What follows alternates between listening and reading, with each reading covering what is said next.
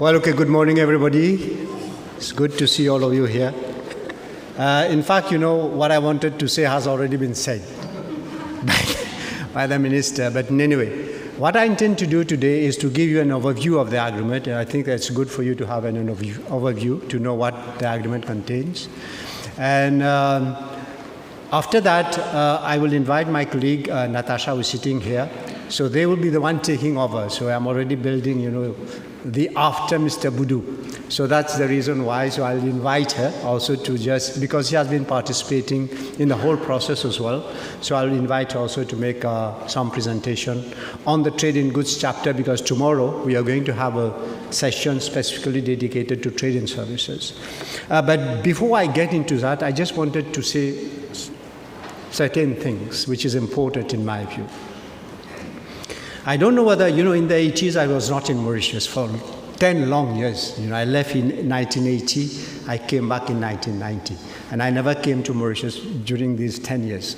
But those were the years when, in fact, Mauritius started its real economic development. Now, I don't know whether you know, but we, at that time, we had access preferential on a number of markets, and in particular on the European Union market through the different Lomé conventions, and afterwards, the Cotonou agreement, whatever it is, but we had.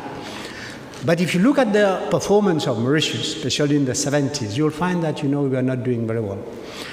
What we did was just exporting sugar, and sugar used to be our main export, and basically we were relying on sugar for our revenue and for foreign exchange as well, sugar. Now, and in spite of the fact that we had the Lomé conventions, and in fact the Lomé conventions provided us with almost unlimited duty-free access on one of the largest markets in the world, that is the European Union. Well, on those days we were told they were the European Economic Communities. But then we could not take advantage of that. You know why? The reason is very simple. Today we are going to talk of the China Free Trade Agreement. Tomorrow we will be talking about the SECPA. We have mentioned two other agreements, the African Continental Free Trade Agreement, the agreement with the UK. No agreement, however great they might be, whatever opportunities they're going to, no agreement delivers by itself. Not a single one. It's only when you make that agreement deliver, then you will see a real difference. And if we don't make those four agreements deliver, nothing's going to happen, believe me. Why I'm saying this and why I mentioned about the 80s, reason is very simple. Because what we did in the 70s was really important, because we came up with a piece of legislation which was called the Economic Development Zones Act. And there was a piece of legislation, the EPZ Act. What that act did, it created an ecosystem. But then you can create ecosystem, you can have the agreement, but you need to have structures that will make the agreement deliver. And those of you who know that in the 80s, there was what we call the media created, Mauritius Export and Industrial Development Authority. In the 80s, the Development Bank of Mauritius was given resources to play a more meaningful role in providing capital. It's only when you take all of this together, it's only then, and I think that media, which today in a way, it's a transformation. We have got the Economic Development Board, so even that structure has changed over time, and you have to keep on changing the structure.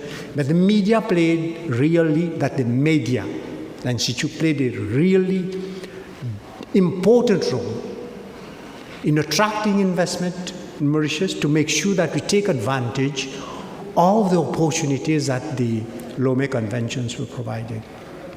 I'm saying all of this just to tell you that if we don't have a proper plan to make all those agreements deliver, nothing is going to happen. And again, I'm saying it here because this event is being organized by the Economic Development Board. The institution that will have a key role to make that deliver would be the Economic Development Board. And it's good that now we do have a Chief Executive Officer, Mr. Ken Punusamy. He's a very experienced person. He has been there for a very long time. He has got a great team. I think that he has got the human resources. He has got a lot of money. Those of you who don't know, they have got a lot of money. So they have got everything. They have got the CEO full-time. They have got human resources. They have got money. So they need now to work together with the operators, because these agreements are not for us or for Mr. Ken Punusamy. They are for the operators. Because the role of Mr. Punusamy, the role of Mr. Boodhoo is to be a facilitator, to create conditions. This is what we do. But then the operators would be the one that would have to take advantage of what we have been able to achieve. And the achievement is really historic, because never in the history of Mauritius, 4 agreements have come into force in 1 year. And not any agreement I'm talking about. We are talking about the agreement with China, 1.4 billion people.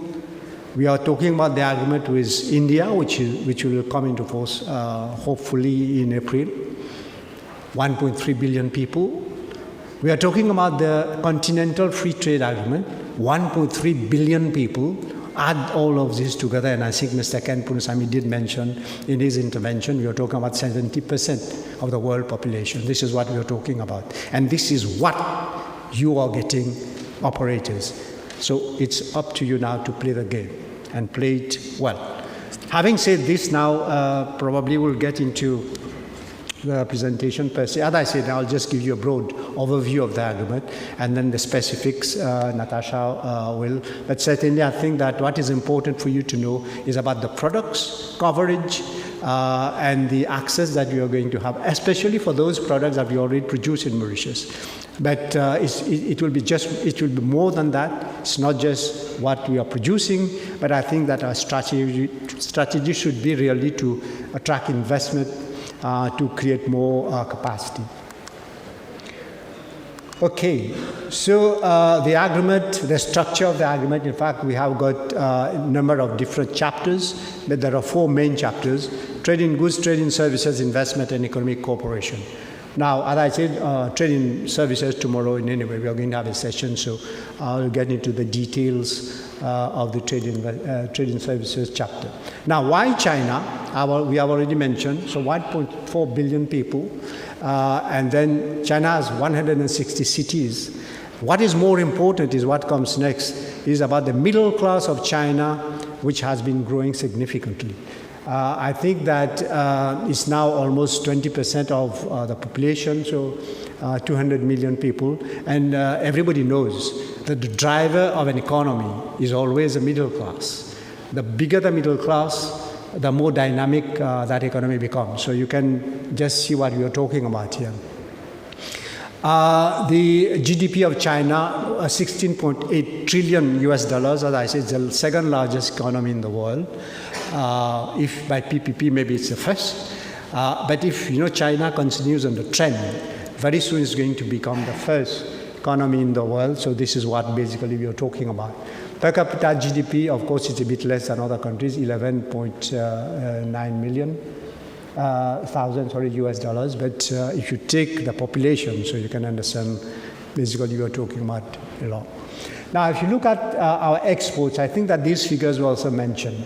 In spite of the fact that basically we don't have any preferential access on the Chinese market, but since 2017, our exports to China, in fact, has been growing.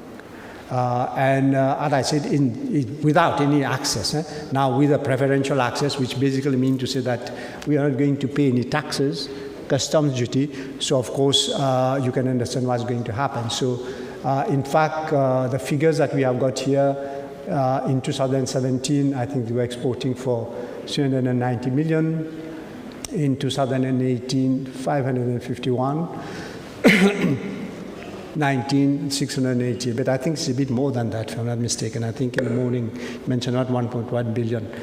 It's a closer figure. And I think that we're already exporting basically garments, exporting already to China, paying duty. So basically tomorrow, when the duty won't be there, so obviously we'll be able to increase our export.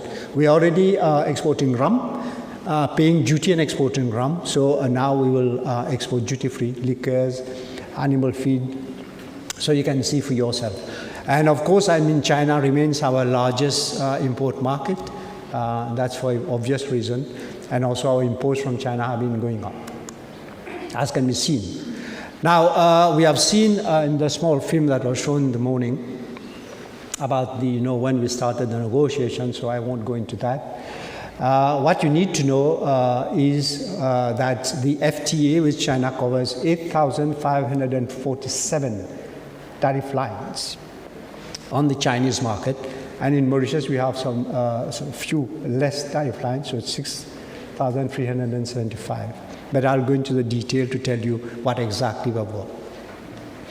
And now the trade in goods chapter, well, I think that it covers technical barriers to trade, SPS measures, of course, rules of origin, etc. Now, in terms of the tariff elimination program or process in the FTA, so there are three, basically, time frames within which the tariff eliminations will take place. They will have immediate 5 years and 7 years. And Mauritius, the commitments which we have taken, basically will be implementing these commitments within the next 5 years. There is a requirement of not to impose non-tariff barriers. Somebody, in fact, I was talking, and we were talking about the non-tariff barriers, which is something which is extremely important, which is provided for in the agreement that the parties are not going to impose non-tariff barriers. And I think that we are talking about SJS, where sometimes when you export to Africa, basically you have your subject, you need to do some checks and have certificate. So this will not be required under the on the FTA with China. So this is something which is important. And then we have also agreed, of course, to ensure that we keep on facilitating trade among ourselves. We do have a whole chapter on SPS and TBT, and what we have agreed basically that we are going to use international standards, be it for SPS or be it for TBT, and to make sure that SPS measures or TBT, they don't constitute barriers to trade. And I think that these are provided for in the agreement. So if any exporter is having any problem, so at least there is a provision in the text that would enable us to address that particular issue. And we are talking with Mr. Ken Punusami. We will need to set up an implementation committee, and it will be private sector with institutions, and so that, whenever there is a problem, so can address this problem very quickly. And also to tell you that there is a structure. It's a high-level joint committee between China and Mauritius. So that committee also will be meeting on a very regular basis. So if ever you have got any problem, so I think that we can raise and address these issues there as well. Now, coming to the specifics. So as I said, out of the number of tariff lines you have mentioned, more than 8,000. So immediate liberalization, that is as from 1st of January of this year, 7,504 tariff lines, which we can export. They are already duty-free. And the duty in China, on average, it's about 10%. So on some products, it's a bit more. On other products, it's a bit less. So basically, the duty on 7,504 tariff lines has already been eliminated as from 1st of January of this year. For 449 tariff lines, duty will be phased out over a period of 5 years, while for 313 274 tariff lines. So duty will be phased out over a period of 7 years. And there are certain products which have been excluded. It's about 313 tariff lines. So they are highly sensitive products, in fact, in China. So you can see these products there. Now, in terms of the immediate market access, as I said, so the elimination as from 1st of January of this year. So a whole list of products. So live animal, frozen meat, fresh and chilled fish, skipjack. I mean, these are things that normally we do here in Mauritius. Dairy product, flowers and vegetables, preserved products, cane molasses, sugar, confectionery, wines and spirit, rum. Very important. I've been given to understand that all the rum that we have exported, people are looking for rum in China, please. So you need to increase your capacity, because I don't know whether we have to shift from sugar production to the production of rum, because this is also in terms of economics, So we have to look at it. But one thing is sure, that all the rum that we produce in Mauritius will find a market in China, and now is India, so I don't know where to get rum. So that becomes a problem now. So we can increase our capacity to do that. Chemicals and compounds, medicaments, paints. So you have got a whole list of products, article of textiles and garments. Some people think that you can't export garments to China, but we're already exporting garments and paying taxes. So basically, when you have high quality products, you will always find a market. And because of the, as I said, because of the middle class, so there is a big market for garments as well. So I think that we should be in a position to also increase our exports of garment. And the good thing is that we are not bound by what you call the rule of origin, very stringent rules of origin requirement, because if you look at the garments product, you can just source out your fabric from anywhere in the world. And I think that we are going to talk about strategy. And when we talk about strategy, we really have to think not just about China. We need to think on a broader scale in terms of that strategy, because don't forget that we also have got the continental free trade agreement. And I think that in terms of sourcing, we have to think about Africa and how we develop value chain with Africa, and for Mauritius to be the processing hub. We have to really make that happen. We talk about a lot of hubs. Now it's also time to make the hubs happen as well. So you can see basically what I'm saying, the whole list of products that on which we are going to have duty-free access as from 1st of January. So already have duty-free access for these products. A number of products where the tariffs will be eliminated, as I said, 432 products over a period of 5 years. So there are also some of the products that we produce in Mauritius, fabrics. There are some garments as well, jewelry, footwear, jam and jellies. I mean, so you can see the whole list of products where tariffs will be eliminated over a period of 5 years. And also a small list of products where tariffs basically will be eliminated over a period of 7 years. So it's going to be done, equally, in equal installment over the 5 or 7 year period. Now, coming to sugar, this is extremely important. I was leading the negotiations, and I still recall from day one to the last day. The guy was negotiating. He was telling me, please, let's remove sugar. Let's remove sugar. So I told him that the whole reason why we started the negotiations was because of sugar, and that nobody is going to accept any agreement if we don't have sugar. Why is it important for them? Because in their FTAs, they never include sugar.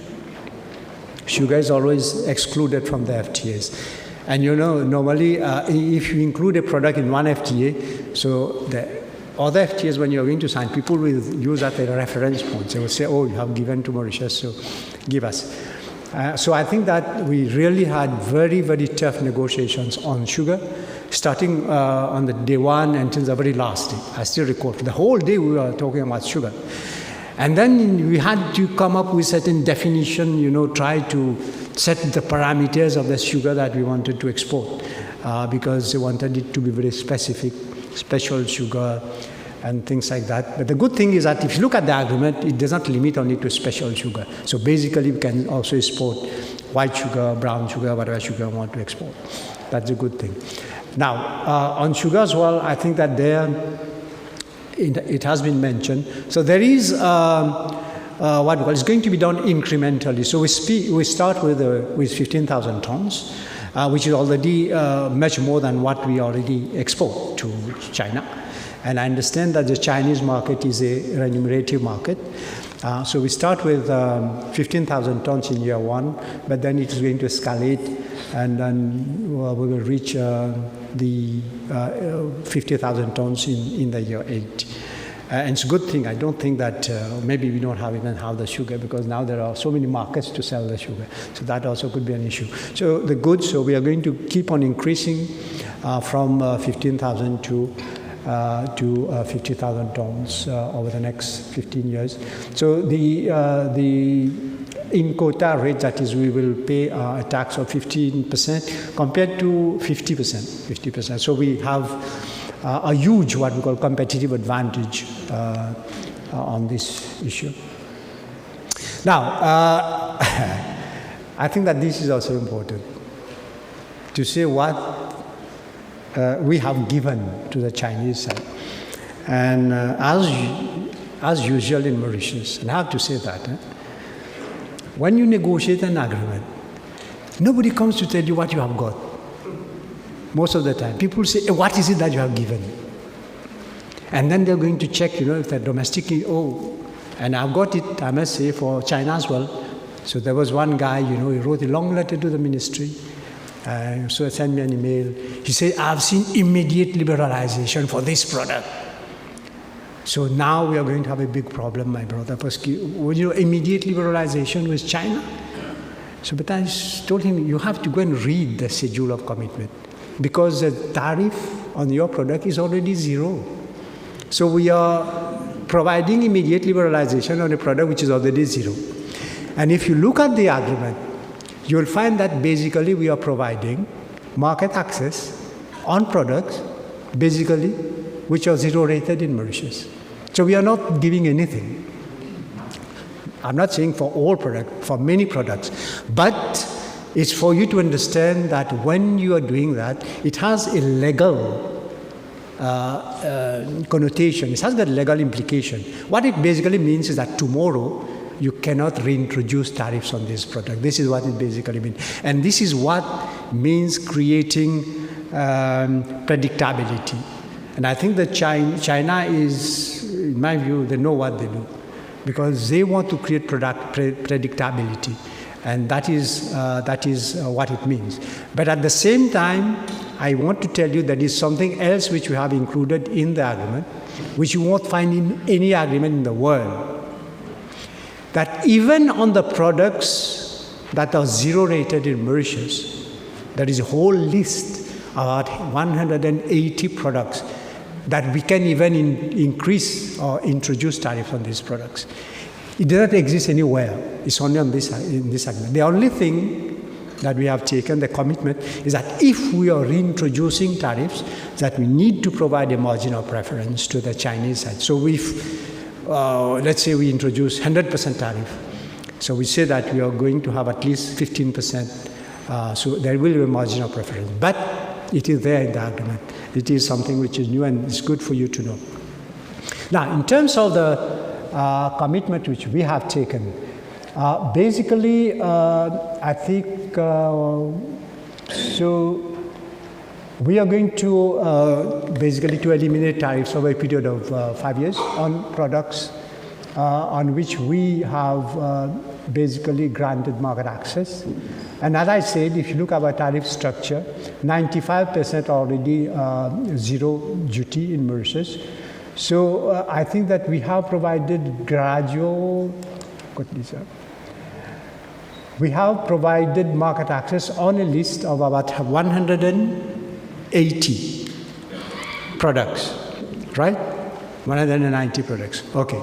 And as I said, the tariffs will be phased in over a period of 5 years. Now, what is important for you again to know, that if you take the whole tariff book of Mauritius, we have got 6,700 so tariff lines. Out of these 6,700 tariff lines, so 95% already zero. So we have got only 5%. Now, in the 5%, we have made it a point to carve out all the products that are considered to be highly sensitive. So they're completely excluded even from the 5%. For instance, chicken is considered to be sensitive, oil sensitive, paint sensitive. So these are not excluded in the FTA with China. So you can rest assured, so as much as possible, we have tried to make sure that the domestic industry is not affected in any way. In terms of, because you can also ask a question about fiscal revenue, how much fiscal revenue we're going to lose. We are not going to lose a lot of fiscal revenue. Very, very marginal. So it's an agreement that basically would not, in a very substantive, negative way, impact the domestic industry in Mauritius. It's not going to have an impact on revenue as well, very modest impact on revenue, but we are having basically a whole market of 1.4 billion people, and this is basically what we are talking about. Now, if you look at the list, so you will find that what we are being excluded from 134 tariff lines, including sugar, mineral water, paint, varnishes. So these are products that are considered sensitive in Mauritius. And as I said, for the other products, elimination will take place over a period of 5 years. And what is also good to know that for many products, we have not completely eliminated the tariff. We have reduced the tariff from 15% to 10%, from 30% to 15%. So it's not complete elimination. So you still have a margin of protection for the local industry. So it's good for you to know, because I know that people will ask a question about this. Oh, sorry. Right. Now, in the morning, I think that we're talking about rules of origin, and this is something which is important, because, if in any agreement you have got stringent rules of origin requirement, at the end of the day, you might not be able to take advantage. And we all know that Mauritius is a small island developing country, developing state. We don't have resources in Mauritius, so we have to import all our raw materials, all our production input. So it's a matter of practice, in fact, in our negotiations, try to get as much as possible to try to make sure that the rules of origin are very flexible to enable us to do processing and then to be able to export. And basically, if you look at the agreement, on average, we have got a value addition requirement of 40%, and that is also including profit, if I'm not mistaken. So basically, it's even less than 40. So what it means is that you can import your production input, your raw materials, up to a value of 60%. What you need to add in Mauritius is 40% value, is not much. And I think that this would enable us to develop a processing base in Mauritius.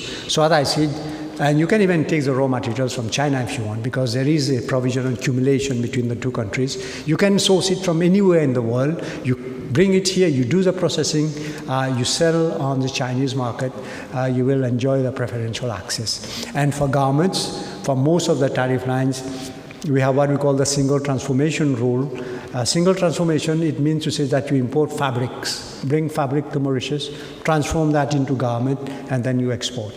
Otherwise, it can be extremely complicated for garments. In most of the agreements, normally, because textiles and clothing is considered to be something which is sensitive, so normally you have got either yarn-forward rule, so basically meaning to say that you have to start your production from yarn or even from cotton, or you have two-stage transformation, but in the FTA with China, it's a single-stage transformation.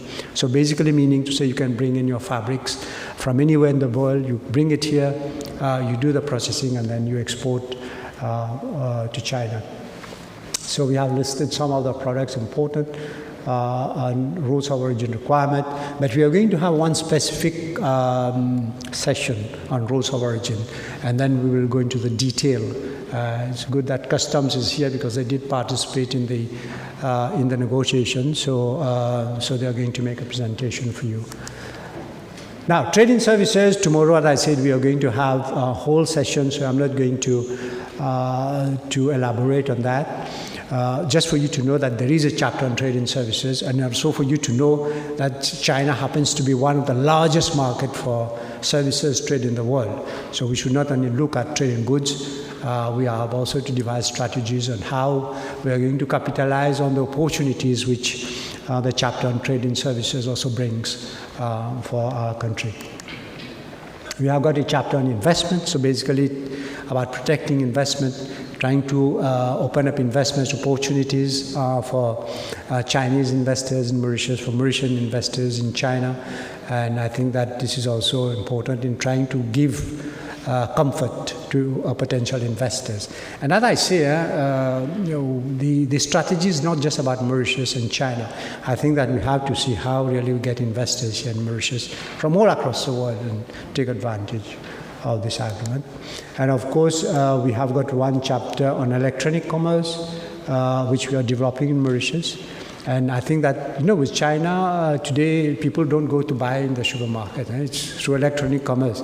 So we are going to collaborate with them to develop electronic commerce. So there is one. And then there is a chapter on economic cooperation. Fortunately, Mr. Gérard was here, Mr. Gérard Bichier. He was the one who negotiated this chapter.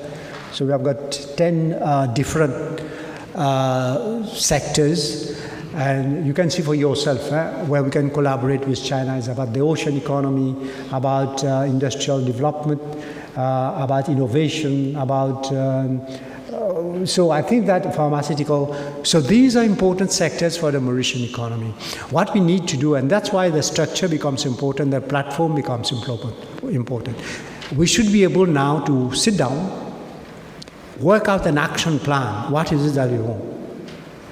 Get a roadmap, and then sit down with the Chinese side, and then we are going to discuss with them how, in which form, the assistance is going to come and the collaboration will happen. And this we need to do, we will have to do that. We have agreed in principle that we are going to elaborate, as I said, an action plan. So once the structures will be in place, fortunately we have got COVID, so we have to do that virtually, but there will be an implementation committee where we are going to look. But what is important for you to note is that there is a chapter on economic cooperation, and I think we have to really take advantage of that particular chapter. Because it's very rare that in an agreement you have got a whole chapter dealing with economic cooperation. Normally an FTA is an FTA. An FTA is a free trade agreement. And normally in a free trade agreement, you would basically cover elimination of barriers to trade in services and trade in goods. But here we go much beyond that, and that is also this chapter on economic cooperation, which we need therefore to make sure we also derive benefit from that.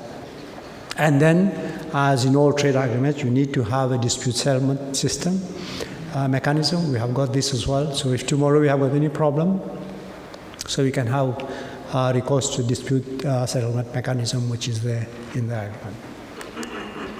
Okay, so this is what I had to say. So I will now invite my colleague Natasha. So she will go into the specifics. So please, Natasha. So thank you for your. After that, I'll be here for any questions. I'll sit there, but I'll be here.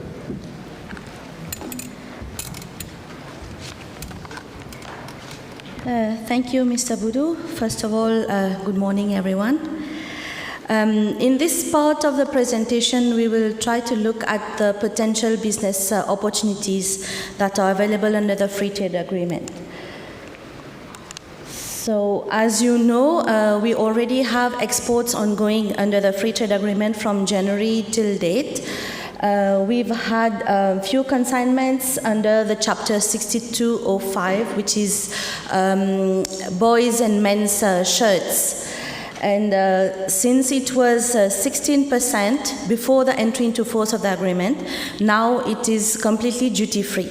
So, and also the rules of origin with regard to single transformation rule has helped, and operators are making an effort to export under the free trade agreement. We have already looked extensively at this table. I just wanted to show you the products where you will be having duty-free access immediately as from 1st January, and also how it looks like in the schedule of commitments under the agreement.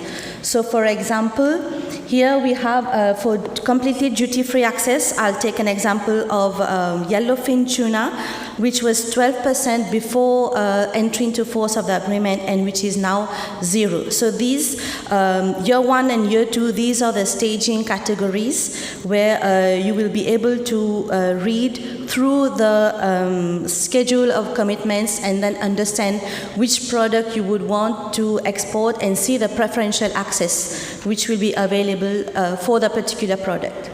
Similarly, those products which we will receive gradual liberalization in China over the next 5 years. So this is how it's going to look like. And I'll take, for example, 6106 articles of cotton. So it is 16% before the entry into force of the agreement. And now, as from year 1, it is 12.8%, and then it goes further down to 9.6, 6.4, 3.2 until it reaches 0 duty in year 5. Similarly, for articles that are going to be duty-free after 7 years, here you see I underlined black tea as one example, which during the negotiations we were told that this product was actually part of the exclusion list of China, meaning that this was a very sensitive product for China. However, after negotiations, we have managed to get China to agree to provide us with a 7-year reduction duty-free access after 7 years on black tea. So this is how it will look like. For example, 0902, which was, let me see, pure tea, 15%, and it starts with 12.9 and it goes on till 0% after 7 years. So this table shows us a bit of the product categories where you will be getting preferential treatment from China. I've taken the most common products where we usually export to China. For example, the frozen fish, which are subject to 10 to 12% duties, and which are now, part of them are already duty-free, and some of them will be completely duty-free after 5 years. Similarly, for preserved fish, it is subject to 5 or 12% duty, and then it is already at 0 duty this year. For sugar, it's completely different because we have a tariff rate quota, and instead of 50% duty, so now our quota will be at 15%.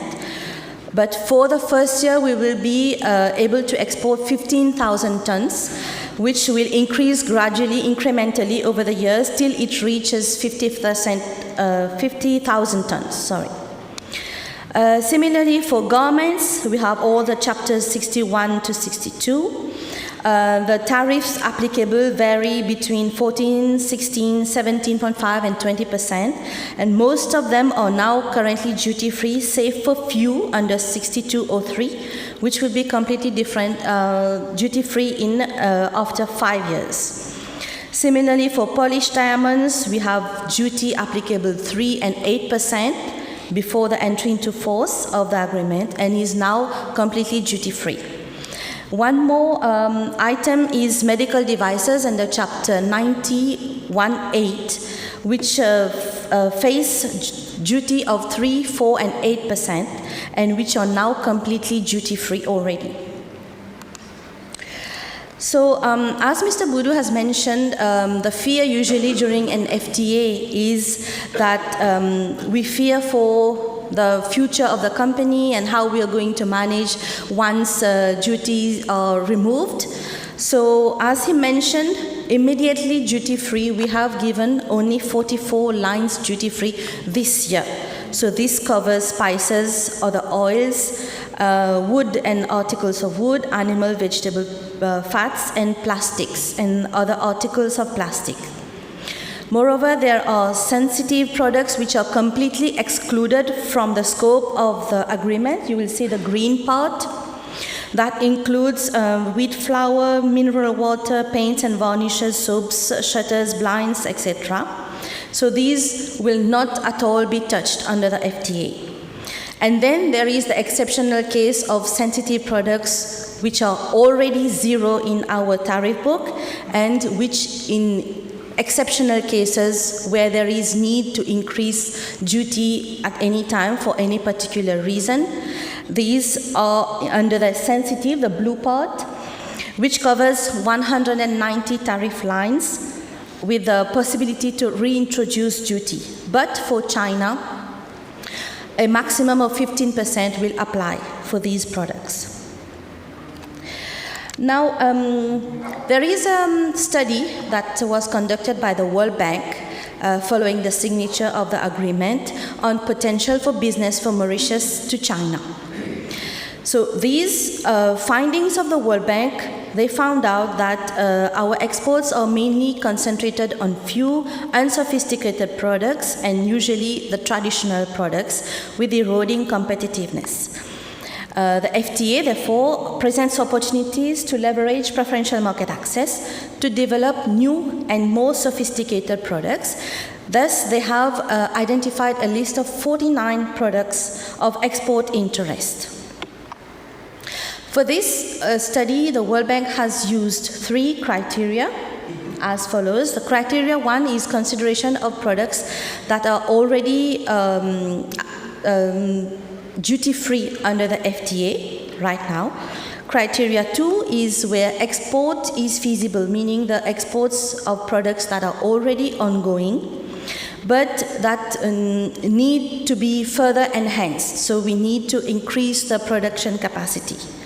And criteria 3 are products where we have no or very minimal exports and which can be explored further.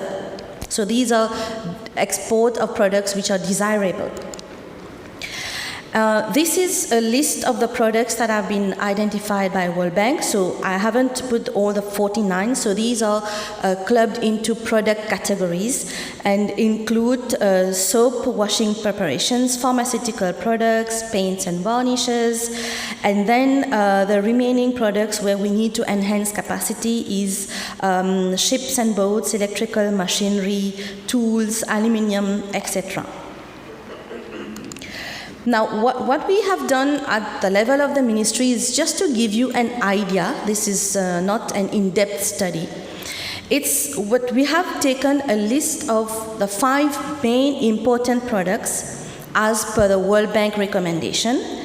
And we have calculated, we have looked at the main imports, the value of imports of China from the world for these product categories.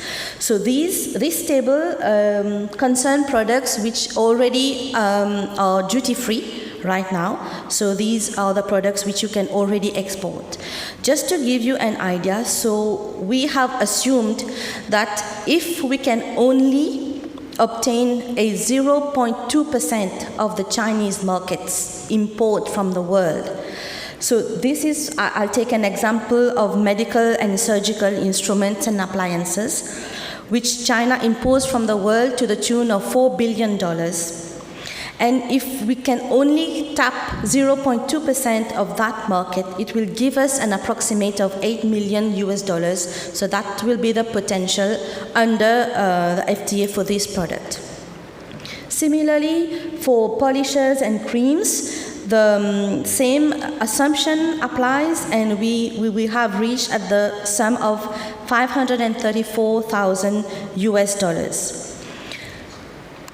The next table, we have taken the criteria 2 as per World Bank's study. So these are the products where we are already exporting, but where we need to have more sophistication. And these cover television cameras, medicaments, rubber, plastic plates, cases and containers, etc. So you will see at the last column the potential in terms of value based on China's imports from the world, all still with the same assumption of 0.2% of the market.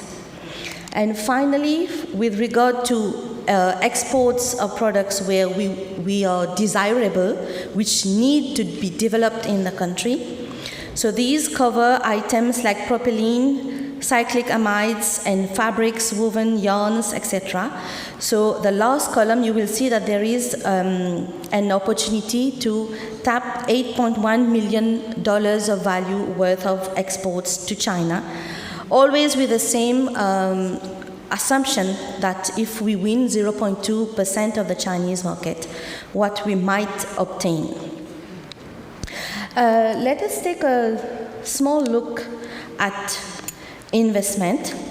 So the aim is to attract Chinese investment in sectors where, based on these few tables that I've shown you previously, where we will need to increase our supply or capacity constraints to diversify our product base.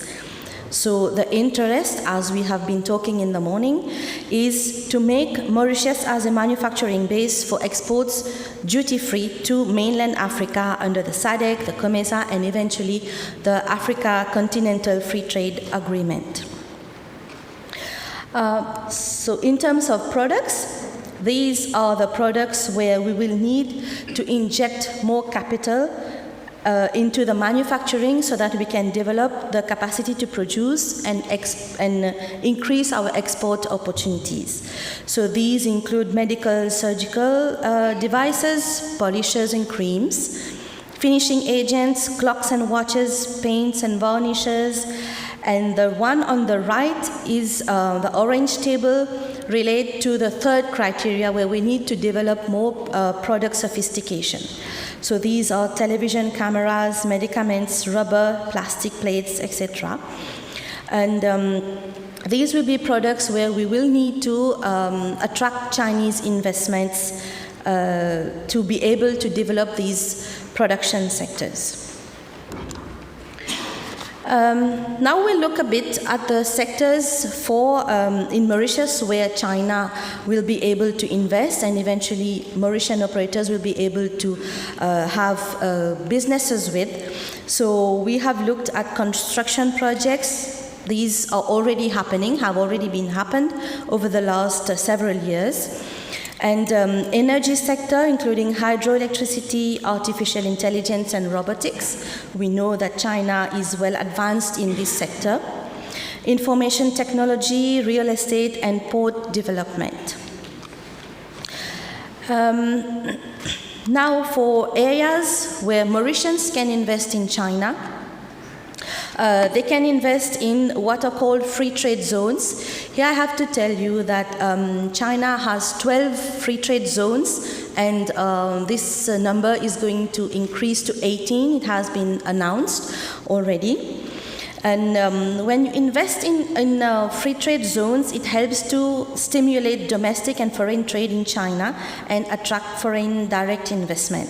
So the benefits of establishing businesses in free trade zones in China is that you will be offered preferential policies for imports, handling, manufacturing, exporting of goods, as well as you will have tax incentives, free flow and exchange of capitals, and fast-track procedures for investment.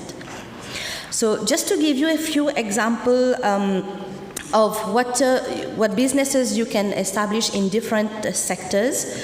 So for example, Shanghai, you'll be able to trade in pharmaceuticals. You can set up business in Zhejiang, in manufacturing and logistics.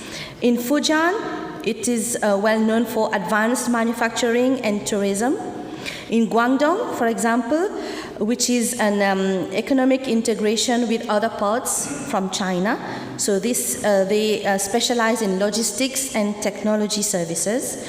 In Hubei province, which is a transport link for Yangtze River and the economic belt, you will be able to do advanced manufacturing. In Changjing, you will have, which is an inland trade hub for the One Belt, One Road initiative. There you'll be able to set up pharmaceutical companies. In Sichuan, you will have medical services and manufacturing. And in Sanji, there is a logistics and commerce hub for One Belt, One Road initiative, where you'll be able to deal in e-commerce, etc. So these are the few examples of where you can set up which kind of manufacturing units in the free trade zones of China. The other areas where you can invest relate to real estate, computer services, accommodation, financial and insurance activities, whole trade. So tomorrow we will take a look at what the FTA offers in terms of services market access, where you can set up wholly foreign-owned companies in China. For the future, as mentioned earlier, there is a need for us to market the FTA in China and among the Mauritian operators. Now that the EDB has a Shanghai office, we have confidence that there will be more of market opportunities, networking, and facilitating of trade. We've had the opportunity of meeting the EDB officer at the ministry, and he's a well-able guy, and he speaks Chinese, he knows the language, he knows the culture, and all the different needs in different regions, in different provinces. So we have to make best use of this liaison officer in Shanghai. And also from the part of the operators, there is a need for business intelligence, because China is a vast country and you will need to explore each market which you would want to target. For example, if you want to explore Shanghai or Guangdong, you will need to know the specifics and the culture in the different provinces, as well as the local consumer trends. And also, along with that, you will need to develop, once you have done the market intelligence, there is a need, if need be, for you to change the model of the businesses that you are running till now, and if need to, there is the adaptation phase. So you can best serve the new market, China, and tap opportunities under the FTA. I thank you for your attention.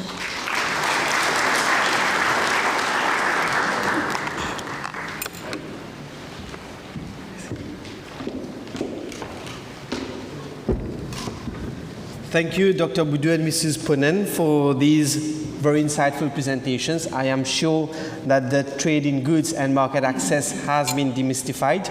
Nonetheless, I'm sure our minds are still buzzing with words like rules of origin, schedule of commitments, ratcheting mechanisms, non-tariff barriers, amongst others. So just for you to know, we have a panel on rules of origins later on. In terms of schedule of commitments, for trading services, we have a panel tomorrow, spotlight on the services, trading services. Dr. Boodhoo hinted earlier on in the economic cooperation chapter that there is an RMB clearing facility. So tomorrow there will be a panel which will be chaired by the first Deputy Governor in terms of RMB clearing and trading in Mauritius.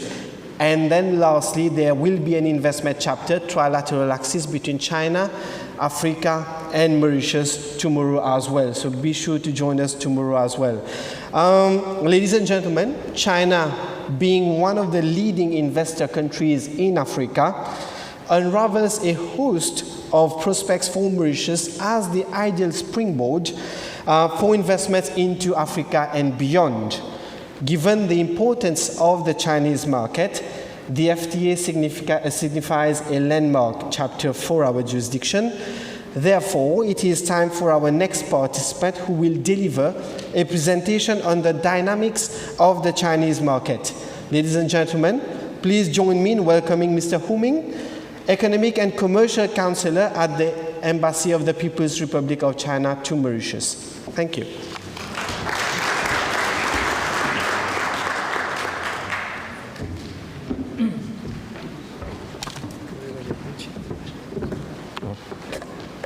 Okay, ladies and gentlemen, good morning.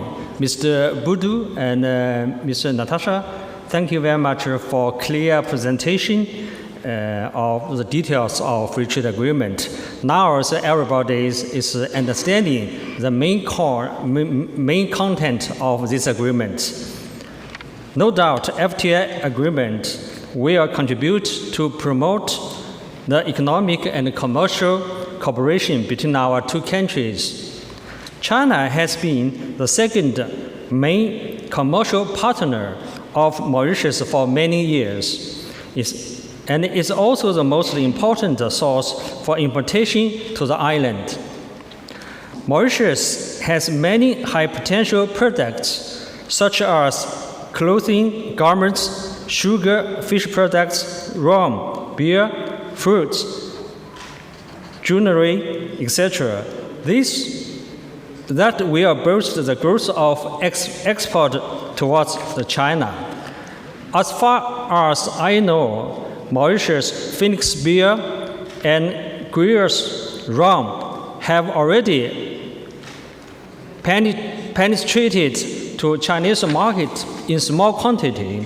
I also heard that Mauritian pineapples are expected to start to export it soon. It's a very good start. I would like to seize this opportunity here to make a few suggestions to my Mauritian friends on how they can expand to the Chinese market. First, I would like to make a presentation about 4 major exports and fairs. Exports and fairs are a good opportunity to explore the Chinese market, to understanding the policy trends, to meet with old friends and make new ones. Exports are also direct channels to showcase, advertise, and promote the island itself, but also to introduce the Mauritian companies, products, and service, and even to attract investment. The first export is the China International Import-Export, CIIE. The CIIE is the largest world-scale export on national imports. It's co-organized by the China Ministry of Commerce and the Shanghai local government. The WTO, UNDP, as well as some other international organizations are cooperative units of export. CIIE is organized each year in November in Shanghai, and so far 3 editions of Expo were held. Mauritius was prepared to participate the last year's edition. Indeed, the government delegation led by EDB and composed of relative government departments and some companies was formed to participate in the country's exhibition. Unfortunately, the trip was cancelled due to epidemic. However, Mauritius, the former Minister of Commerce, Mr. Swaminathan, attended the opening ceremony online along with the more than 40 ministerial officials from the African region. Official website of CIIE is www.ciie.org. The second, the Chinese African Economic Trade Expo, CAETE. CAETE is co-organized by the Chinese Ministry of Commerce and People's Government of Hunan Province. It's one of the most important economic and trade cooperation platforms, which was put in place in the context of Chinese-African Cooperation Forum. It's an economic and trade expo dedicated to African countries. The CAETE is organized once every 2 years in Changsha, the capital city of Hunan province. The comprehensive exhibition areas showcases China-African economic and trade cooperation achievements, including the case studies. It also features African countries' photos and China-African culture and tourist exchange industries. The commodity exhibition areas comprises the African commodity exhibition, which highlights the brand enterprises and special products. It aims at the helping high-quality products of African countries to penetrate the Chinese market through the CAETE platform. The first edition of CAETE was held in June 2019 in Changsha. More than 1,600 small and medium enterprises participated in the event. 81 contracts worth $20 billion were signed, while the expo attracted more than 100,000 visitors. The second edition of CAETE will be organized in September this year.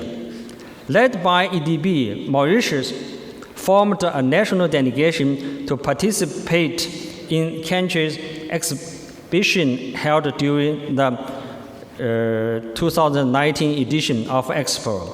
This was the first time that Mauritian national delegation attended a large-scale exhibition in China. China also provided assistance within its capacity to achieve this goal. The official website of CAETE is www.en.caetepo.org.cn. The third, the Chinese Import and Export Fair. The China Import and Export Fair, also known as the Canton Fair, is the most comprehensive international trade event in China. The Canton Fair is an expo that has a longest history, the largest scale, and the most comprehensive products categories. The widest customers distribution by countries and regions, the most successful deal, and best reputation in China. It represents a window for China to the world. The China Import and Export Fair is co-organized by Chinese Ministry of Commerce and the People's Government of Guangdong Province. It held twice a year, with spring and autumn edition in Guangdong, usually in June and October.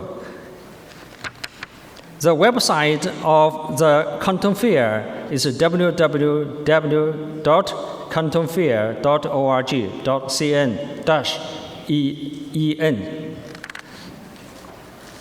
The fourth, the China International Fairs for Trade in Service, CIFTIS. The CIFTIS is the world-leading comprehensive fair in domain of trade and service. Along with the CIIE, the Canton Fair, CIFTIS is one of three major exhibition platforms for foreign trade in China. It's a global-oriented platform for exhibition, exchange, negotiation, and cooperation. The exhibition is organized once a year in Beijing, usually in May. Official website is CIFTIS, is www.ciftis.org. All information is, if somebody and you are interested in the trade fair, For details, you can come to our embassy, to our commercial office. We can provide more information about those exhibition, the fair. The second point I would like to take about its importance of partners carefully selection during the concrete transaction process. Whether partners and importers or agents, a basic creditworthiness investigation must be completed. This point is very important.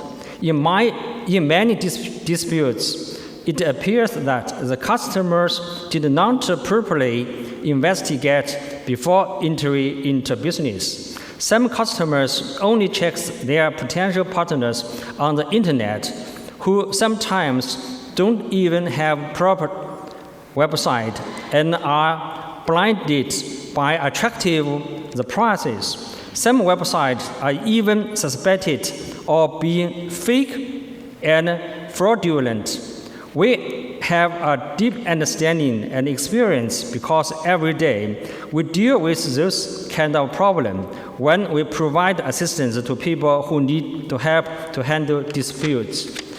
If you participate in one of about mentioned exhibition in China, you can be sure that the Chinese company that participate are reliable and trustworthy. Of course, for large-scale projects, it's recommended to go through some professional credit agent to conduct investigation. You can also visit the website below, where companies-based information can be checked. Look at some PPT. You can find some website. You can, if you want to do business, you can go through this website to get what is the company, size, if reliable or not reliable. This is very important. The third point I would like to make here that I hope Mauritius will make full use of free trade agreement and actively expand the sugar exports. What is the main products export to China? Of course, sugar is the most important product to China. This trade agreement will enable the Mauritian sugar, and in particularly special sugar, to expand its market in China.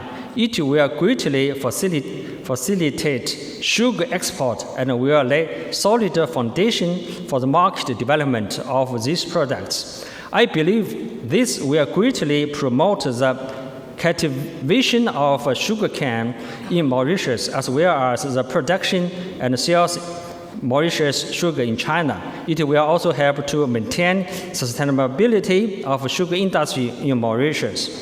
As far as I aware, the Chinese Ministry of Commerce has already appointed the China Oil and Foodstuff Corporation called COFCO to operate exclusively the high-quality sugar business from Mauritius, and negotiation between the two parts have started. Just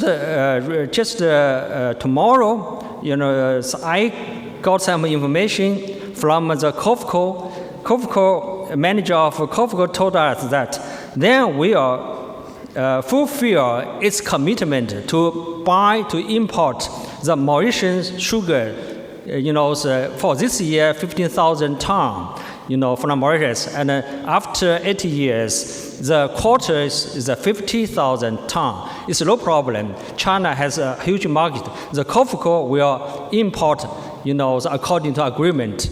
It's not only based on the commercial condition. Is this commitment? The government give this commitment to the COFCO. COFCO will fulfill that obligations. This is no problem. Yeah. The first aspect I would like to brief discussion is how attract more Chinese investment to Mauritius. This agreement will not only provide the stronger legal protection for Chinese companies willing to invest in the Mauritius, but it will also help companies to use Mauritius as a service platform to the further expand investment cooperation on African continent. China and Mauritius will have a high degree of complementarity and greater potential of cooperation in finance, tourism, communications, technology, construction, and processing and manufacturing. This agreement can effectively promote mutual benefits for the two countries in those fields of investment by different means. First, it will encourage more Chinese companies to set up their regional headquarters in Mauritius and use the country as a platform to further invest to other African countries. There is several benefits that will arise from this situation. First, investment safety will improve.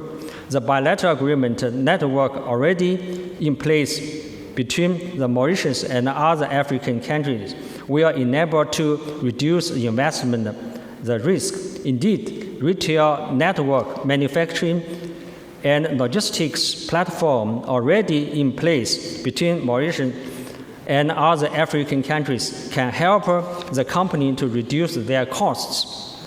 Second, by establishing the Overseas Investment Economic and Trade Cooperation Zone that Chinese government encouraging and support. China encouraging 6 types of investments in economic and trade cooperation zone overseas, which comprise the business logistics type and processing manufacturing type. Investment in processing manufacturing comprises different industries, include mainly light manufacturing, textile machinery, electronics, chemical, and building materials. Investment in business logistics comprises the production, display, the transportation, storage, connection, and distribution of goods, delivery, information processing, and circulation processing. Among that industry, at the end of the year 2019, there were 30 Chinese companies that invest and established under the Overseas Investment Scheme in Mauritius, and the total Chinese investment in Mauritius represented more than $1 billion. Besides offshore companies, the Chinese companies have mainly invested in the field of engineering, contracting, development of cooperation zone, textile information, and the communications, etc. With about $100 million invested. Qingfei Economic Cooperation Zone is currently the biggest Chinese investment project in Mauritius. The free trade agreement brings new perspective to Qingfei Economic Cooperation Zone. The investment in Qingfei is currently concentrated in real estate projects, including culture and entertainment plaza and the apartment-style hotel. The current problem is that overseas investment in culture and real estate projects are not encouraged and supported by Chinese government. Therefore, Chinese investment have great difficulties to obtain the bank loan from this kind of project. But under the new free trade agreement framework, Qingfei will have to upgrade and gradually shift its principal industry from real estate to business logistics style. In the following years, Qingfei will concentrate its efforts to build a collection and distribution center for Chinese products and will use it to take advantage of the African continent free trade zone. Mauritius will become a pivot for the Chinese industry to reach the African market and attract more companies in the field of commerce, financial, e-commerce, and logistics to set in the business park. Jinfei Cooperation Zone also plans to organize a Chinese Mauritius Products Fair this year or next year. The third, we hope that Mauritius can consider converting a plot of land into an industrial park in order to attract more manufacturers and processors from China. China is a big manufacturing country, and combining the advantage of free trade agreement and African continental free trade zone can greatly help to encourage more Chinese manufacturing industry to invest in Mauritian products such as textile, light industry, home appliance, and food processing that can be further oriented to the vast African market. Mauritius currently ambitious is become a transit point to the African continent. Therefore, expansion of the harbor and airport has become the government's key development project. We hope that China companies can be a part of those projects as the contractors or as investors. The fifth point I would like to a brief discussion is the trade in service. In the free trade agreement, Mauritius has adopted a positivist approach to commit itself in 11 services areas, including financial, education, construction, tourism, and health, and more than 130 subsectors. Because of Mauritius' unique geographic location, stable society, and a leading business environment in the African region, the Chinese government encourages more Chinese companies to come to Mauritius to develop their business in service. The Bank of China has already started to carry out the wholesale business in the financial sector in Mauritius. Huawei has set up in Mauritius as a well-operating financial processing center for the African region. Offshore financial is a pillar industry of Mauritius' economy. More and more Chinese companies will come to Mauritius to set up offshore Chinese companies and will take advantage of Mauritius' incentive in order to invest back to China or use Mauritius as a transit platform to the African continent for the investment. Nowadays, about more than 100 offshore Chinese companies registered in Mauritius. Service trading plays an important role to support Mauritius' shift into digital and service-based economy. Global companies like Huawei is one of examples successfully set up its global headquarters in Mauritius. Huawei has created more than 1,500 job opportunities. Since 2002, it nowadays employed more than 200 local employees and has been contributing to upskill the ICT and financial professionals through its training program and enable Mauritius to export talent to the African countries.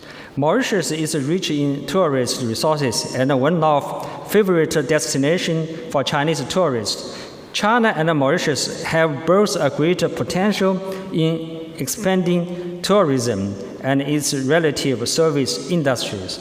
Mauritius' beautiful beaches and crystal clear seawater are extremely attractive to Chinese tourism. But in my opinion, traveling from so far to see only one country does not really fit Chinese current way of traveling and consumption models. Moreover, Maldives and Bali Island, which offer similar features and closer to China. Therefore, I think that Mauritius should be integrated to a great tourist route, which would include the other continental African countries, such as the Cape in South Africa, the Masai Mara, Kenya, Victoria Falls in Zimbabwe. By promoting the different tourist products, better results will be achieved and competitively will be increased. Of course, this implied multi-party cooperation, including, for example, effective flight the connections. Mauritius tourist industry is already well developed with many well-known hotel brands and a high level of hotel management and service. So I think it has full capacity to export those strengths to the China market. I read in recent report that a 5-star resort and villas hotel managed by Mauritius, the Lux Resort and Hotel Group, will soon operate in Chengdu City, situated in Guangxi Province in China. This is a very good development example. At last, allowed me to say, although the epidemic has been a torture for all of us, the dawn of the victory and light at the end of the tunnel are already clearly visible. I would like to use an aphorism to conclude today's speech. Tomorrow will be a good day. Thank you very much.